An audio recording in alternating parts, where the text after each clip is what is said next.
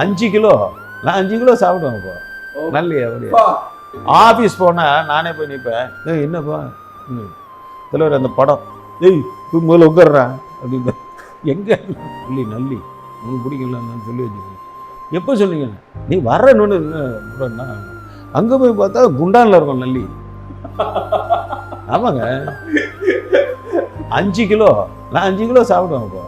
நல்லி அப்படியே அவர் பக்கத்தில் உட்காந்து அவருடைய நண்பர் இருக்கார் இல்லையா ராவுதர், அவரு ராவுதரும் அதே இவருக்கு அவர் நிற்கிறார் மேலே. இப்போ நம்ம சூப்பர் ஸ்டாரும் வந்து அவரும் எனக்கு ஃபோனு கொஞ்ச நாள் தொடர்பு இல்லை. காரணம் என்னென்னா ஷூட்டிங்கில் பிஸியாக இருக்கார். அவரோட உடல்நிலையும் கொஞ்சம் நடுவில் இதுவானோன்னா அமெரிக்காலாம் போயிட்டு வந்தாங்க. பட்டு இப்போ ஷூட்டிங் முடிச்சுட்டு வந்து அநேகமாக எனக்கு விஷ் பண்ணுவார்னு நினைக்கிறேன். விஷ் பண்ணணும். ஏன்னா அவங்க தான் மேடம் தான் ஃபஸ்ட்டு பொறுப்பேற்றாங்க.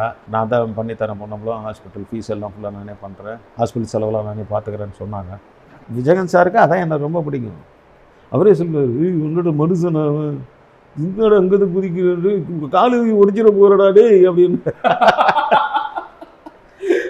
ஆனஸ்ராஜ் படம் பண்ணும் போதெல்லாம் என்ன ஒவ்வொரு ஷாட்டை வந்து கட்டி பிடிச்சிப்பாரு. ஒரு ஷாட்டு ரோப் இல்லாமல் என்னை நம்பி அவர் மேலே பேக் ஆமாம் பேக் ஃபிளிப் ஷாட்டுன்னுவாங்க.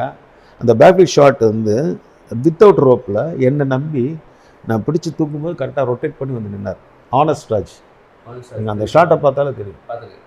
இத்தனைக்கும் விஜயகாந்த் சாருக்கு ஜிம்னாஸ்டிக் தெரியாது, ஆனால் பொன்னம்பலத்தை நம்பி செய்கிறாங்க.